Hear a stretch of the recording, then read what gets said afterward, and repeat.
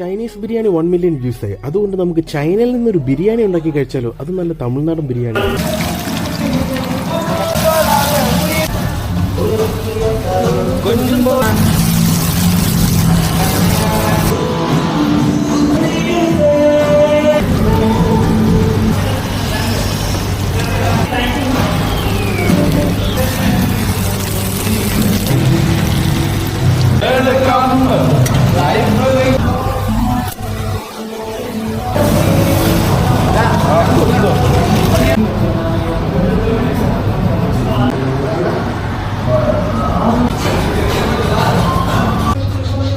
ബിരിയാണി കഴിക്കാൻ പോയാലോ?